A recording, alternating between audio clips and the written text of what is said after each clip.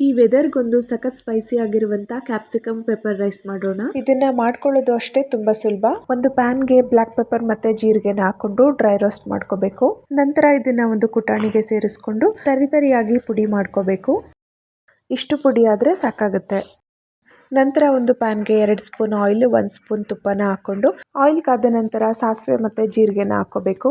1 spoon ಕಡಲೆಬೇಳೆ 1 spoon ಉದ್ದಿನ ಬೇಳೆನ ಹಾಕೊಂಡು ಸ್ವಲ್ಪ ಫ್ರೈ ಮಾಡ್ಕೊಂಡ ನಂತರ 8 ರಿಂದ 10 ಕ್ಯಾಶ್ಯೂಸ್ನ ಸೇರಿಸ್ಕೊಂಡು ಇವಿಷ್ಟು ಒಂಬಣ್ಣ ಬರೋವರೆಗೂ ಫ್ರೈ ಮಾಡ್ಕೋಬೇಕು. ಸಣ್ಣದಾಗಿ ಕಟ್ ಮಾಡ್ಕೊಂಡಿರುವಂತ ಬೆಳ್ಳುಳ್ಳಿ ಮತ್ತೆ ಒಂದ್ 4 ಹಸಿಮೆಣಸಿನಕಾಯಿನೂ ಸೇರಿಸ್ಕೋಬೇಕು. ನಂತರ ಕಟ್ ಮಾಡಿ ಇಟ್ಕೊಂಡಿರುವಂತ ಕ್ಯಾಪ್ಸಿಕಮ್ನ ಸೇರಿಸ್ಕೊಂಡು ರುಚಿಗೆ ತಕ್ಕಷ್ಟು ಉಪ್ಪನ್ನ ಸೇರಿಸ್ಕೋಬೇಕು.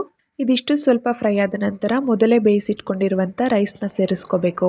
ನಂತರ ರೆಡಿ ಮಾಡಿ ಇಟ್ಕೊಂಡಿದ್ದಂತ ಬ್ಲಾಕ್ ಪೆಪ್ಪರ್ ಮತ್ತೆ ಜೀರಿಗೆ ಪುಡಿನ ಸೇರಿಸ್ಕೊಂಡು ಕೊನೆಯಲ್ಲಿ ಸ್ವಲ್ಪ ಕೊತ್ತಂಬರಿ ಸೊಪ್ಪನ್ನ ಹಾಕಿ ನೀಟಾಗಿ ಒಂದ್ಸಲ ಮಿಕ್ಸ್ ಮಾಡ್ಕೊಂಡ್ರೆ ಸಾಕು. ಸಖತ್ ಟೇಸ್ಟಿ ಅಂಡ್ ಸ್ಪೈಸಿ ಆಗಿರುವಂತ ಕ್ಯಾಪ್ಸಿಕಮ್ ಪೆಪ್ಪರ್ ರೈಸ್ ರೆಡಿ ಆಗುತ್ತೆ.